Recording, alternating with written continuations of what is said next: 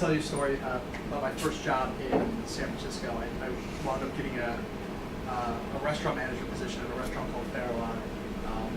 It was an interesting place, super old school with super old school values. But as I found out when I first got there, one of the jobs that every manager had to do, all the sous chefs and all the front office managers, was 1 day a week.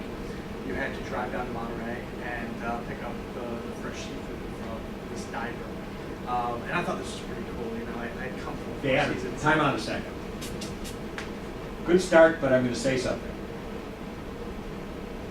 I feel like eye contact might be a good place to be. Have a conversation, one person at a time. Perfect. Complete that conversation, and then go grab somebody else. Okay. Patience, patience, patience. Sounds good. Okay. So, my first time going down to pick up the seafood, I didn't really know what I was doing. It was kind of before Google Maps really worked, and you kind of just get this, hey, go here, follow the one, and then there's going to be this dirt road. And at the end of it, there's a beach. You just walk down, and you have no idea if this actually would work. On top of it all, it's 5:30 in the morning, so it's not like it's laid out. You can see signs. You have no idea where you're really going. So I'm driving down there. I've got my Jeep. I pull down. I think I'm at the right place, and the sun's just coming up. And you just stop for a second and think like, I can't believe I'm getting to do this. This is beautiful. You know, it's those things that you kind of hear about. And I think that I'm expecting somebody to come and be like, oh, I'm gonna go get some stuff and come back. I have no idea.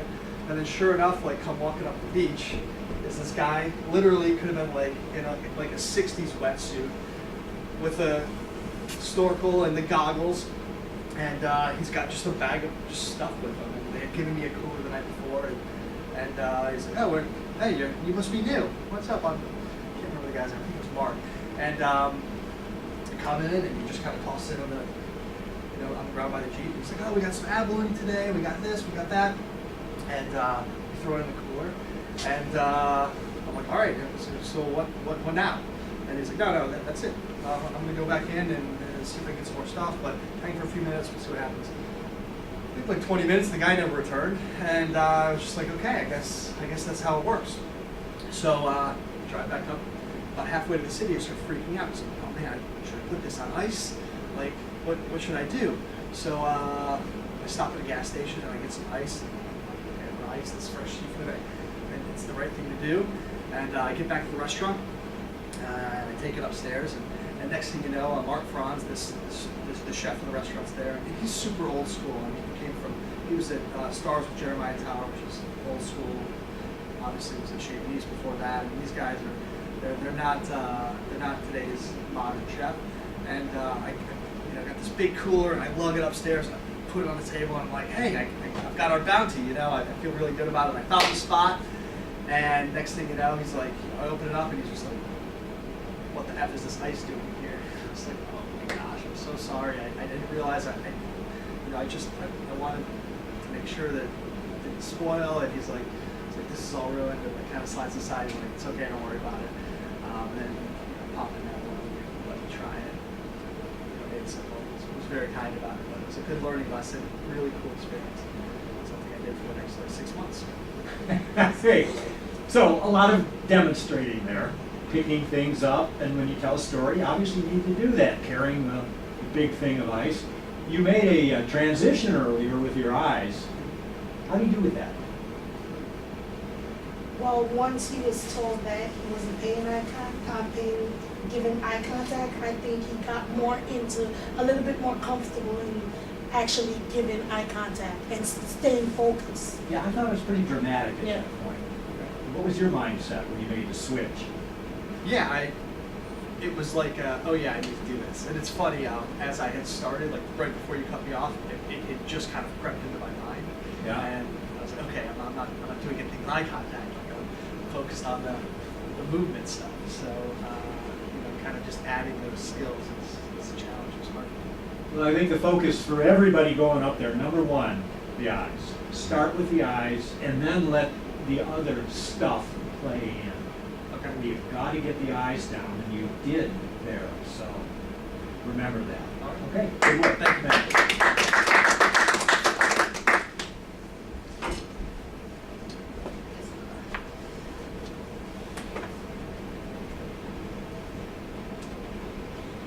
Being a venue manager at Citi Field is always exciting. Every day is a new thing.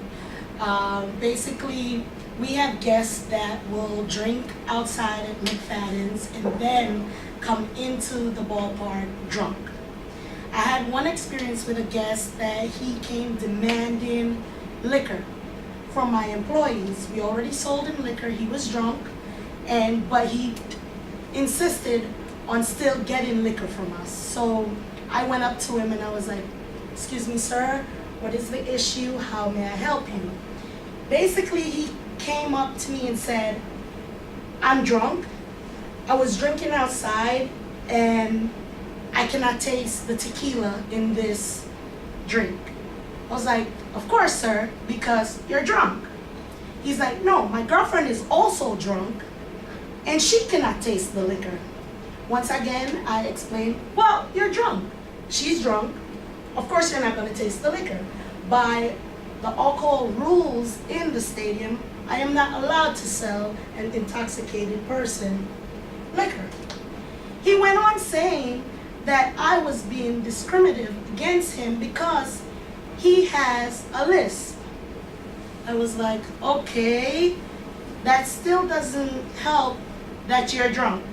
I still cannot sell you this. He told me I was being racist because he had a disability. I asked again, "What is your disability?" He's like, "Because I'm slurring my words." It's like, "Well, this doesn't make any sense, sir. I'm going to get security." He ran away all around the stadium and kept tossing his cup at people, saying that Citi Field is racist.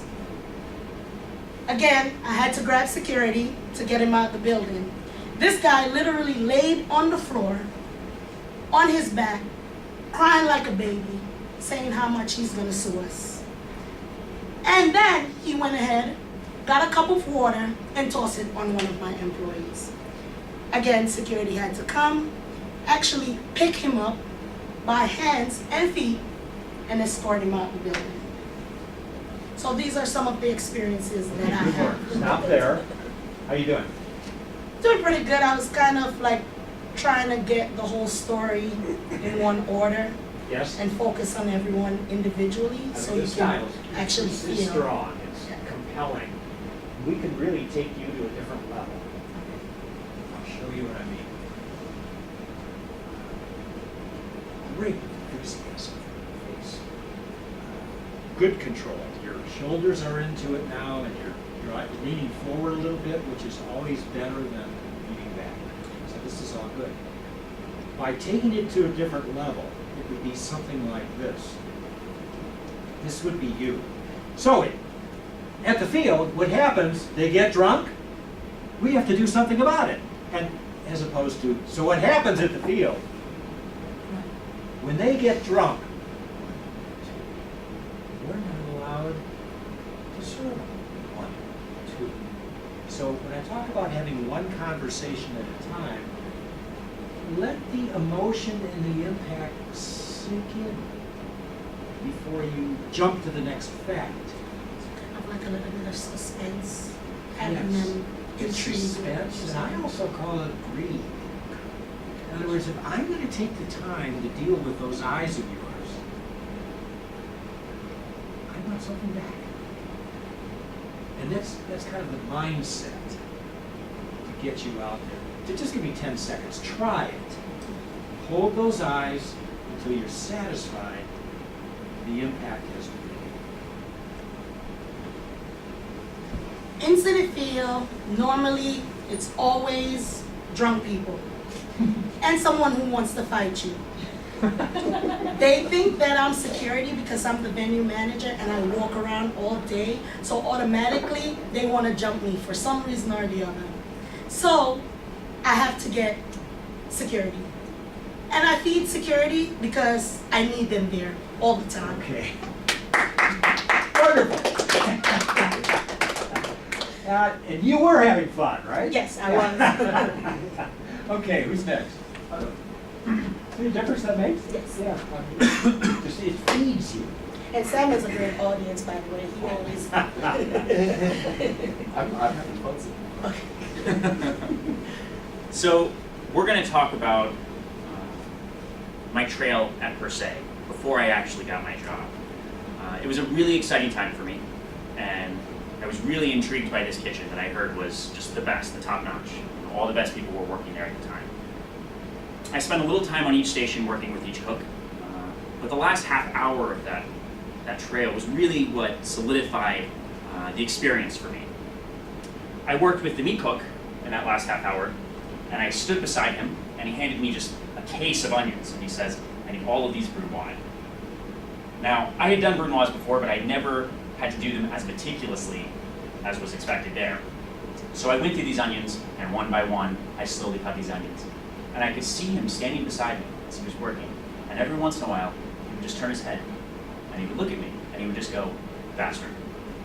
And I would start going a little faster. And 5 minutes would go by, and he'd say it again, and I'd go a little faster.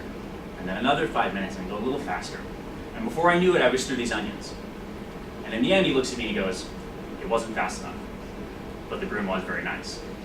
And I said, thank you. And I moved on to the next station, where I worked with the fish cook. She was a short Filipino woman, badass cook. I was very impressed by her.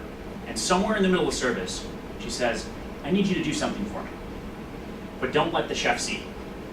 So immediately I got a little bit nervous by that comment. She goes into her apron, and she pulls out clementines. She starts to hand them to me, and she says, I want you to peel these, but don't let the chef see. So I put them behind my back, and I start peeling these clementines. I have no idea what she wants with the clementines, but when I'm done peeling, I let her know I have it. She goes, feed them to me. And I slowly start giving her wedges of the clementines. But the whole time, I'm just watching to make sure the chef doesn't look at me, because for some reason I know I'm doing something that I shouldn't be doing. So I'm peeling them and I'm passing them to her. I had a couple too as well, and they were absolutely delicious. But after that, she says, thank you so much, you did great, it was wonderful working with you. So then I walk from there and I go to the front of the kitchen, and I'm watching service happen. And up front, there's Jonathan Beno, and there's a sous chef sitting beside him. And they're plating, and it's calm, and it's serene, it's very organized, very meticulous.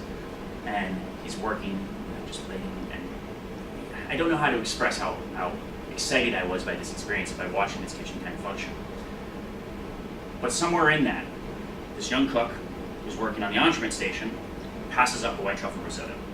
And the sous chef mixes it, and he takes a little bite of it, and kind of turns his head a little bit. So he nudges Jonathan Beno, and passes it over to him. Jonathan picks it up, stirs it, takes a little bite, and his face changes immediately. They went from this calm, serene, to something is wrong. And he reaches down, and he picks up this quarter tray, and he turns around, and he wings it down the line. And he literally runs to this kid's face, and he says, what the fuck is this? And then he looks at me, and he points, and he says, that guy wants your job, and you just gave it to him. I didn't know what to do. But in that moment, I will tell you this, I had never been so excited to be offered an opportunity, but also equally so petrified in my entire life. And that was how I got my job there. Don't go away. How'd you do as a storyteller? Did you win? No, I think it was good. I felt good about it. I tried to change the tone of my voice, which is easy when you tell a story like that, I think. I don't know that it's ever easy if you. Well, you I think did it and it was for me good. it is. I think it's easier for me as a chef who may have gone through experiences of yelling in a kitchen. Yeah. It's easier to express those tones for me Yes. than it is to express excitement or other types of emotions like that. Okay. That feeling brings something to the surface for me. I tried to walk around a little bit, so like as the last moment was happening in the story, I tried to bring that to somebody's attention. I don't know if that was a good thing or a bad thing, because maybe that focuses on one person and blocks others out, but it just kind of felt what I should do. If you're handling the audience properly and you go to one person to accomplish something during the presentation, they're with you. You can't leave them alone too long. I mean, everybody's looking for a piece of you as the presenter, but you're accomplishing something, and that works. It was good. I liked your patience overall. and it seemed to me that your voice control of this audience was quite good. So, good story. All right, you're done. Good work.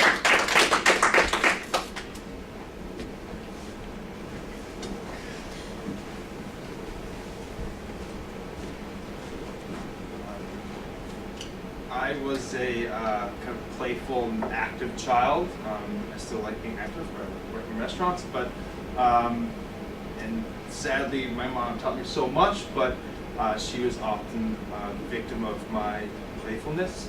I often would jump out, scared in the kitchen closet, things like that. But one story sticks out in particular. We had time out a second. One person at a time. Every time you say something, feel confident that it was heard. There's just no rush. So, in my living room, there's a Korean chest. Just a chest of drawers. It's pretty old, and when I was about half my size, I could fit into it. And one day I decided to crawl into this chest, and my mom, being the good mother she is, got a little worried. She couldn't find me. She looked all over the house. She asked my brother, asked my dad. No one had seen me. I was listening to her worry from inside the chest, and it was fun for me. She was worried, and I was being a sneaky little kid that she couldn't find. It was a little bit of hide and go seek. Not planned for her, but it was fun for me. She got more and more nervous. Her anxiety level went up a little bit. She started calling the neighbors, started calling my friends, my neighborhood friends, to see if I was over there at their house. And I was having more and more fun as she couldn't find me. And it got to the point where she had to call the cops. And after she made the phone call, I decided to kind of pop out and show her where I was. And she was really good. It didn't hit where I wanted, but it was. I had a lot of fun making her wait, and it was. Okay. That's good. How you doing up there? Okay. Audience, any comments? Better with the eyes. I need for you to just be patient with the verbal delivery. You have a need to, and to take you back to speaking, I am, and then you start talking, as opposed to just waiting. You know what I mean? No reason to say I am and then begin talking, just say nothing. But be in the eyes of somebody as you patiently wait for the next thing to say. Got it? We'll do it next round. All right, thanks.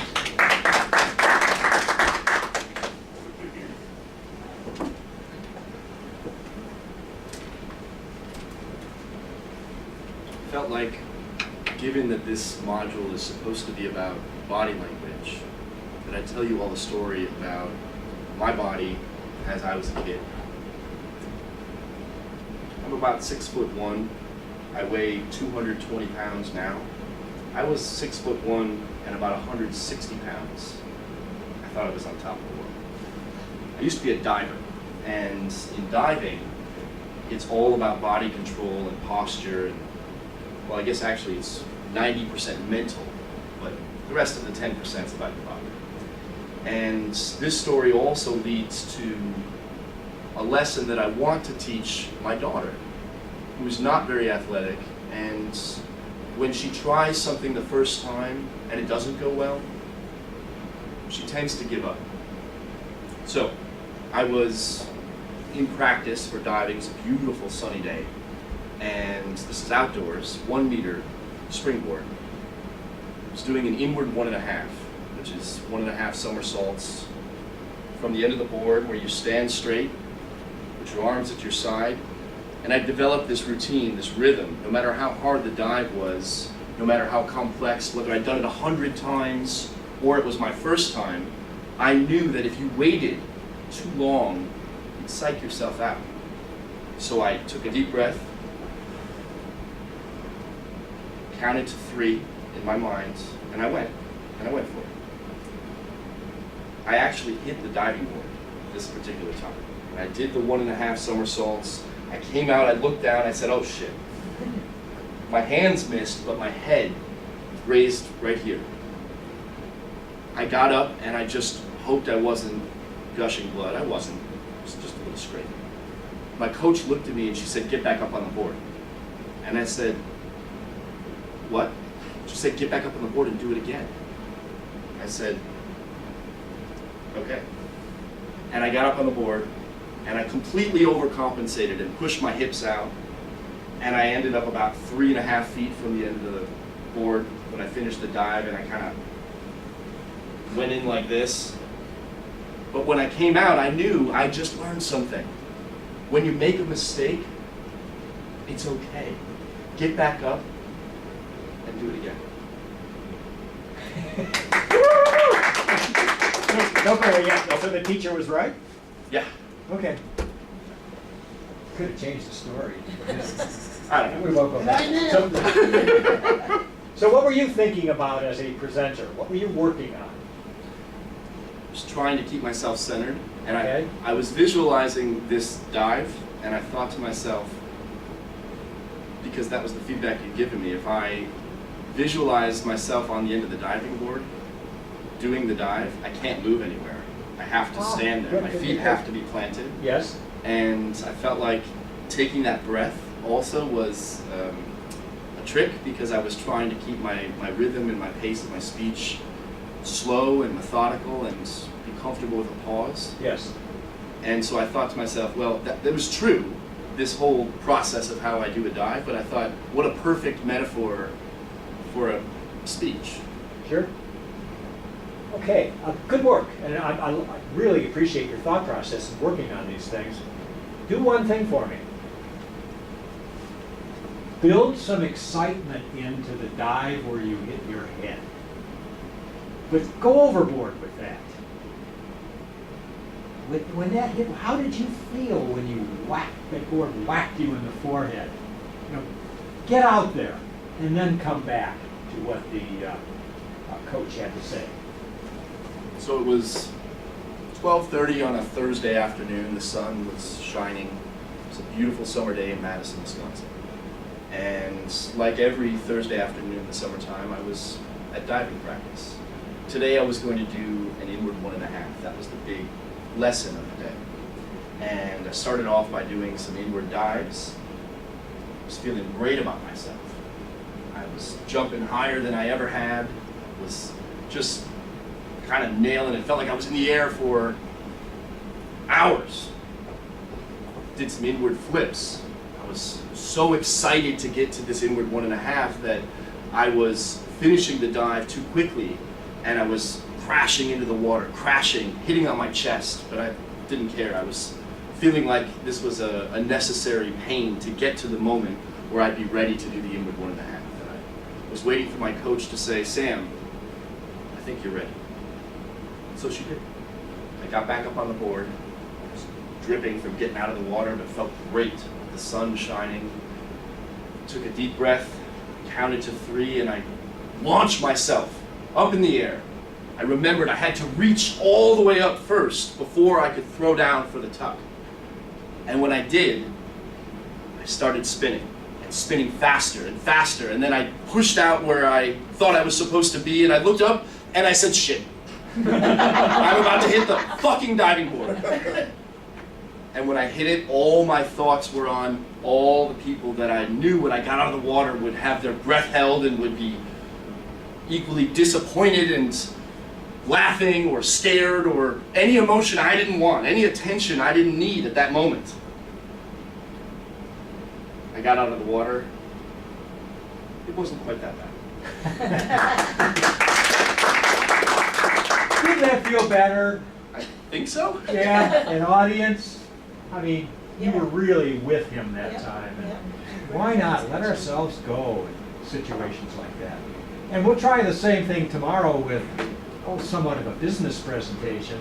But I want it to carry over, because audiences need that. They really need that. Thank you. I don't really want to follow that, but Pressure's on. seriously. So I'd like to tell you about my college freshman orientation weekend. You know, that feeling of excitement and anxiety as you pull up to your dorm and that car is packed with all the new things that you bought, and you're so excited to put your bedding on your new bed and meet your roommate. And so, you know, ran up the stairs, made that bed, set everything out, and all of a sudden there's an announcement that everyone needs to go to the auditorium. So we get in, we sit down, and President Cowan was an incredible speaker. Okay, but build the drama, one person at a time. Okay. Build it in someone's eyes, and we'll all feel it. So President Cowan takes the stage, and he very calmly says, there is a hurricane headed towards New Orleans as we speak. And we need all of you to pack up your stuff and evacuate the city. Okay.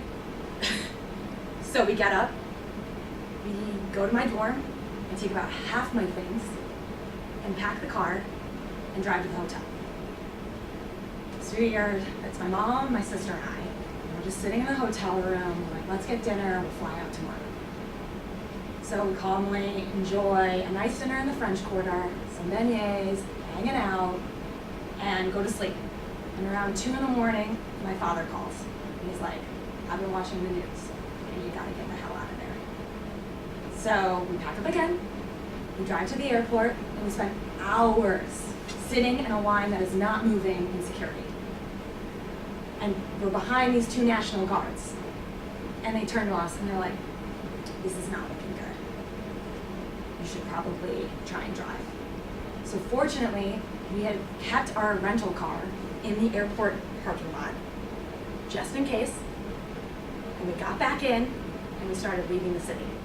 And both highways were going away from New Orleans. I've never seen that in my entire life. And people were driving in between the thoroughway and the grass and the divots, trying to get to and from like they were normal lanes. And we drive through Memphis all the way to Chicago, and I'm crying the whole way. I have no idea what's gonna happen. And so I'm gonna pretend this isn't happening. I get in the car with a couple of friends who are fellow evacuees, and we drive to Madison, Wisconsin. So that's where I'm gonna forget about all my worries and party like a college kid. And so we have a great night, lots of revelry, enjoying what it feels like to be a freshman in college, just not at the school I applied to. And have a great night, and I wake up in the morning and I turn on the news. New Orleans is underwater. And I get a phone call from my dad, and he says, you gotta come home. You made a transition up there. Do you recall No. when I suggested that you build the drama in somebody's eyes? Did she do that? Yeah. I agree, and I just thought the change in your look was dramatic. I need you to do that and think that through, because it just makes a big difference in your style. And it's such a simple thing. Just go into somebody's eyes and finish a conversation. And a whole new world opens up as far as them paying attention to you. Nice work. Good.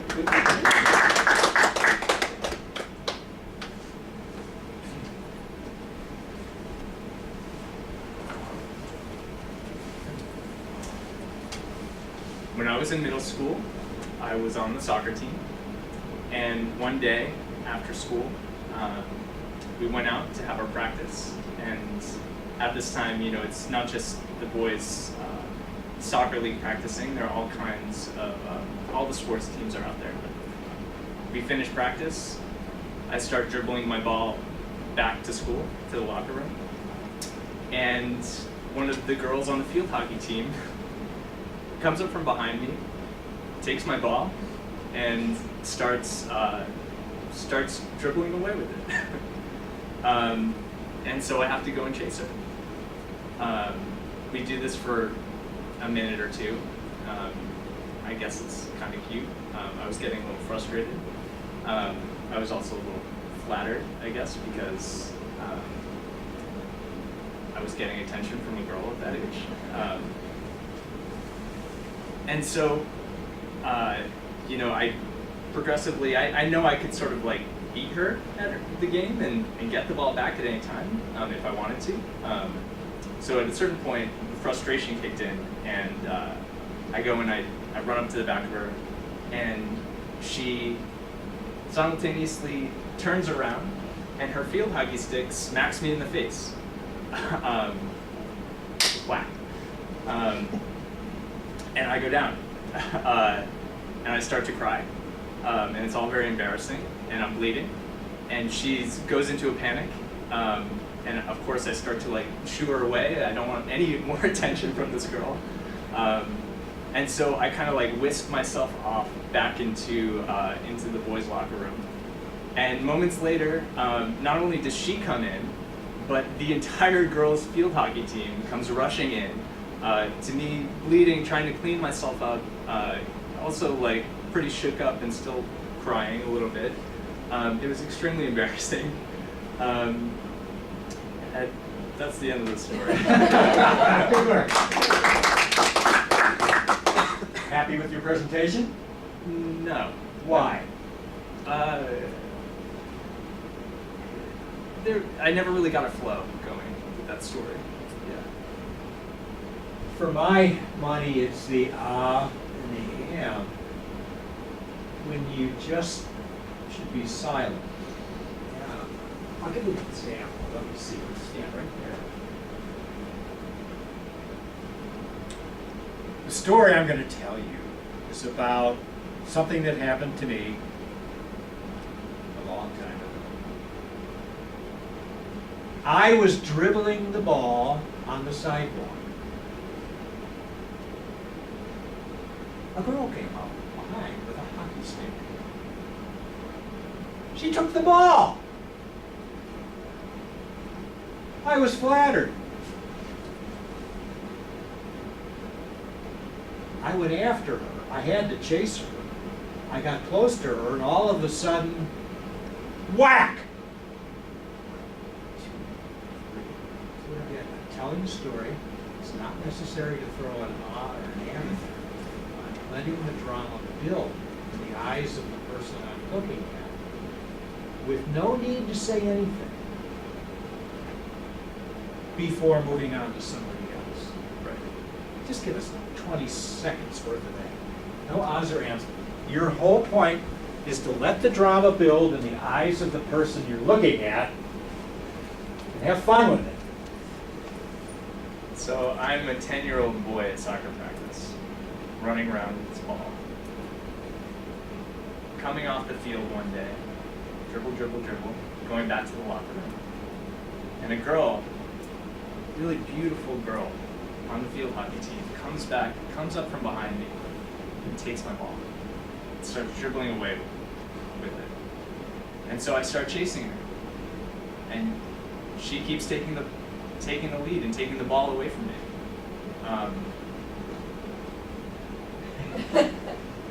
But eventually I catch up to her. And at that very moment, the field hockey stick that she was carrying on her back swings around and smacks me in the face. And I get sent down flying onto the ground. Okay, that's enough for now, but audience, wasn't it dramatically different? Your credibility skyrockets Yeah. with that subtle change. I mean, your picture, your profile as a presenter goes from just kind of mundane to powerful. You've got the posture, the gesturing is just fine, the eye contact is quite good. So, you got that beat. Just let's stay there. Okay, all right, thank you.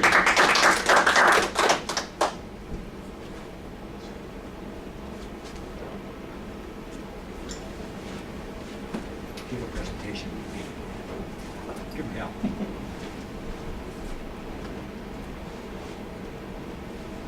Hello. This story is a two, possibly a three-parter, depending on the time. We don't have a lot of time. I'm going to keep it a two-parter.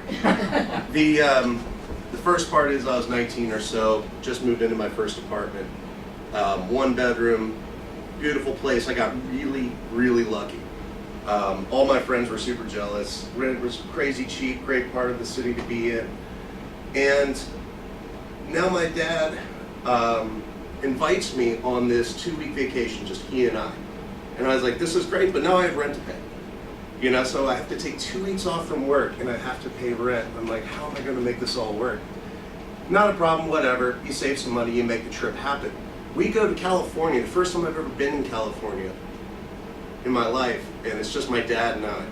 And we have a day free with nothing to do, nothing on the agenda. And my dad is a planner. Everything is always, you know, set in stone. This is what we're going to do. We're going to do this and this, this and this and this. The day free, we look around like, what are we going to do today? We're in San Diego, the 4th and B. I don't know if any of y'all have ever been to San Diego, but it's like the theater in town. And Willie Nelson is playing that night. And I've never seen Willie Nelson. I know my dad kind of, you know, type of stuff he listened to when I was growing up. So I was like, let's go see Willie Nelson. I didn't know I was a Willie Nelson fan at the time. You know, I left the show totally a Willie Nelson fan, and I'm like, this is just a better performance than I ever thought it would be. Between sets, okay, let me back this up just a second. So the first apartment I'm in, I have this next door neighbor whom the landlady warned me about in the beginning. As I'm signing the lease, she's like, if she gives you any trouble, just let me know. And I'm like, what the hell is she talking about? How much trouble could there possibly be? Like any noise at all, and this woman would be banging on the walls, calling the cops. And the cops would come to my apartment so often that they started to realize that it was my neighbor, not me, that had the problem. So the night that I left with my father to California, I set my alarm for 3:30 in the morning to catch this 6 a.m. flight. And I forgot to turn the alarm clock back off. So every morning, while I was in California at 3:30 a.m., this woman was getting woken up by my alarm clock. And I realized it just as soon as I was in the air, and I was like, oh my gosh. The damage was already done. You know, by the time I get back, this was like before cell phones, you know, there was no way that I could get in touch, but I get back home and this woman had been just freaking out for 2 weeks. So in a way, okay, sorry. The best part of the whole story was whenever I think about Willie Nelson or listen to Willie Nelson, I think about my dad. Whenever I think about my dad, I think about Willie Nelson. So there's this kind of crazy connection there. And jumping back around again, between sets, I am having this random conversation with someone on the sidewalk whom 6 months later runs into me at a restaurant in Richmond, Virginia. And they just run up to me and they're like, hey, remember me from San Diego? And I was like, no. And he was like, Willie Nelson, come on. And I was like, get the fuck out of here. So just at random, I just happened to see this guy, happened to piss off my neighbor, and happened to make this great connection between Willie Nelson and my dad. All right. Now go away. Make an enormous difference in your style. Are you ready for this? I'm ready.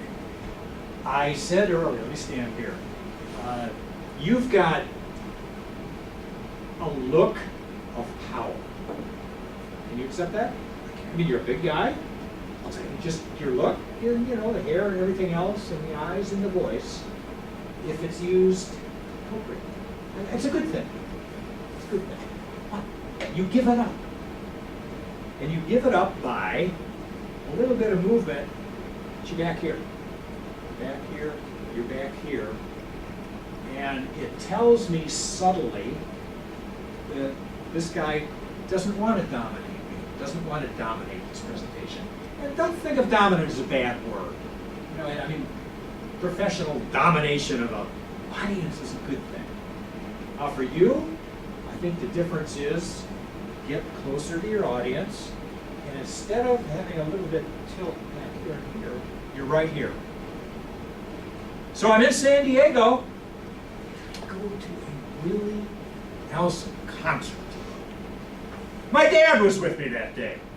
And this is so beautiful because whenever I think of Willie Nelson, I think of my dad. See what I'm doing? If at all possible, you always get upper torso a little forward with an audience. And 50% of this game is body language. This is big. This is big. And for you, out here, and you also have a tendency, you use your hands like this, and that's fine, but I would much rather see you bring a little bit of shoulder into it. You do that? Give us a little bit more. Go with that. So more about the neighbor. No, a little closer. A little bit closer. Yeah, a little closer, like right here. It's like this, and you're never in a hurry to speak as a presenter. You don't have to jump into it right away. Just you establish yourself. A little bit more about the neighbor. Boom. And the way you attack the first person you speak to, they all go, ah, he's coming my way. This guy, he's strong. The third part of the story. The neighbor. Okay, wait, get forward. Okay. That's a power position. So back up just a little bit. Right in the middle. And you know one thing I didn't do this morning? What does that look like? Home plate. Home plate. Home plate is right there for you. I am going to control the world from this position, from home plate. So it didn't take a lot of time to figure out that she had some problems. Lonely, alcoholic, I'm not sure which, maybe a combination of the things, but to be always calling the police, to be always banging on the wall. Now keep in mind I didn't have a television, I had no stereo. We're talking like a phone conversation. A conversation between two people was all it would take to get. I was like, you gotta be kidding me. When I was in the air and I felt that moment of, oh my God, I've just totally screwed this woman over, I actually kind of started to laugh a little bit, where I was like, I'm gonna enjoy each and every day of this vacation. So much more now, knowing that she's getting up at 3:30 in the morning. Cutting to the third part of the story. She had gone to the police and filed a charge against me for noise disturbance, noise violation, or something like this. I didn't know about it for a very long period of time. It took me about 8 years for this to catch up with me in a way that had me arrested. I had to walk home from jail at 3 o'clock in the morning with no shoes. My car got towed. Anyway, it was a month-to-month lease, which never happens. That's completely rare, but there I was. The lady decides she's gonna sell the building. Everybody's got 30 days to move out. I move out. They send this subpoena or whatever it was to my house where I was no longer living. One night, I'm sitting there next to my girlfriend and I'm like, hey, I'm gonna go get a bag of chips from 7-Eleven. Be back in no time. I didn't take my wallet or anything. Didn't even put my shoes on. Just grabbed the keys and $10 bill and headed out to the store and went through a roadblock. And I told them my social security number and they're like, you gotta come with us. And I was like, you've got the wrong guy. And they're like, no, we've got the right guy. And then they take me downtown and then I find out that I have this noise disturbance violation. And I was like, you gotta be kidding me. This was like 8 years ago. Okay, wrap it up. Yeah, wrapping it up. So years go by. Now I'm living in New York, right? And I actually go back to Richmond to tie this thing up. I get to court. A friend of mine is a public defender, so I've got my own lawyer. Now I've got a public defender there to represent me as a character witness. And the woman that had filed the charge, she was just gone, off the map now. So nobody's showing up, and there I am returning from New York to wrap this whole thing up with 2 lawyers. And the judge was just like, hey, at least you showed up. He was like, make sure you get your record expunged, have a good life in New York, and good day. Yeah, I study you, and I really believe you're better off to establish the position here as opposed to back here. Remember old John Madden? You know him, right? So often he would say about a running back, oh, and watch how he squares himself to the defense. He's running downhill now. He's always running downhill. He said it 1,000 1,000 times. Maybe. I mean, these are billion-dollar stadiums. There is no uphill and downhill. Those fields are pretty flat. But what he meant was, he's downhill. Downhill with the defense, downhill with the audience. And for you, you're so much better getting away from this. It's almost an apologetic place to be here, whereas up here it's not. And there's one other refinement I'd like to see later, a little bit of a tendency to sway as you're here. And it takes the emphasis off you as a presenter. You're much better off to secure those shoulders, square them to the audience, and present. And if you're going to move for a reason and do it again. That's all you get for now. Who's next? Yeah. How many to go? I think I'm it. Okay. Jeez, time's getting by too quickly.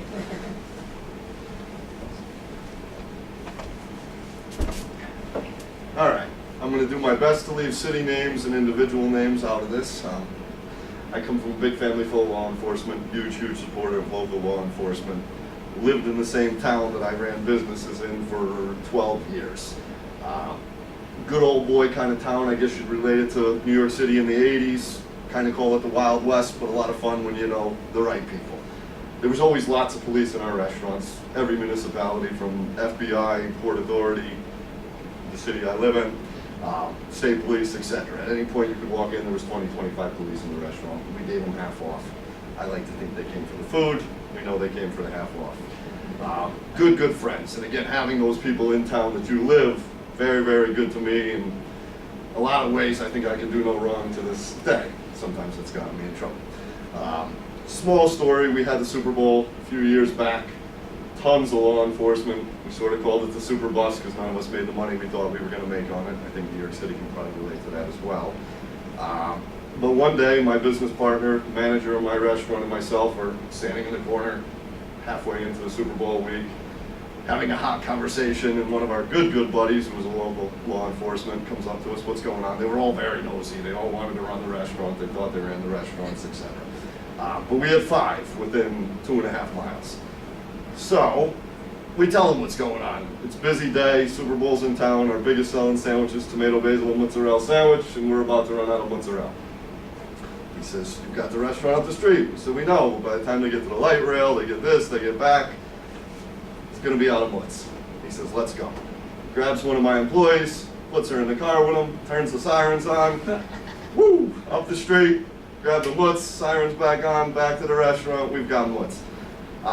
Again, good old boy town, great story, love telling it, and a lot of other ones that are a little too more incriminating. Take away. Having fun? Yeah. Yeah, it shows. I want you to do one thing for me. What do you call it? Mutts? Mozzarella? Mozzarella. Mutts. Mutts. North Jersey. Yeah. Anyway, you're here and you're telling a great story, wonderful facial animation. You know, for my taste, I'd like a little bit more of upper torso into it. You're not greedy. I was focused on keeping my head on the buckets. And that's great. I mean, this is so this is multitasking up here. I get it. So I just, you know, make all these little refinements. But then, you know, I said to Boy earlier, get greedy. Get greedy with those eyes. You owe me something if I'm looking at you. I'm telling you the greatest story in the world, and I want something back from you. And that's the mindset I look for when I go out there with the eyes. Give me 30 seconds and you're done, but get greedy. All right, another small story, local law enforcement. Wasn't me, it was a friend. Driving down to one of the restaurants, about to take a left on a one-way street, totally had the right of way. 3 people about to cross the street, 2 of them stop, 1 doesn't, keeps walking. My friend was too far into the turn to stop for this gentleman. Committed, made the turn. Gentleman punches the side of his nice car. My friend doesn't get too excited about much, but punches car, we may have a little bit of a problem. Slams on the brakes, locks him up, gets out of the car, looks at the guy and said, you just messed up. Business suit, well put together, keeps mouthing off. Simple, my buddy didn't do too much. He took him by the collars of his jacket and threw him on the ground. Not much. Gentleman gets up, he's super excited, super annoyed, gonna file charges. calls the police come down, they know my buddy, they know his car, sort of look at him, shake their head, talk to the gentleman, put my buddy in the back of the cop car, one of the other police got in his car, drove around the corner with the police car, let him out, that was it. Wait, okay, so It's a your great last town. one up there for this. How did that feel? Better, Better. yeah. Now, with your voice, you got a fun voice, a deep voice, an authoritative voice. To break you up a little bit, when you get to the point that he punches the side of the car, lose that voice tone that you've got and whisper. And let's see what it does to your style. Okay. Try it. So again, friend was making a turn, committed to the turn, two people stopped, one kept going, gentleman punches the side of the car, fully in anger is my friend. No. Punches the side. Gotcha. See how soft you can get. Gentleman punches the side of the car. That's perfect. That's exactly what I'm looking for. And that's why we just try to break things up. But getting somebody to whisper can be a hard thing to do. I'm suggesting, next time up there, build a couple of those into the presentation, and let's see if the audience likes it and how you feel about it. Great. Now, you're done. Whew, all right. Friend was not made aware. So we got everybody in that. We've got 20.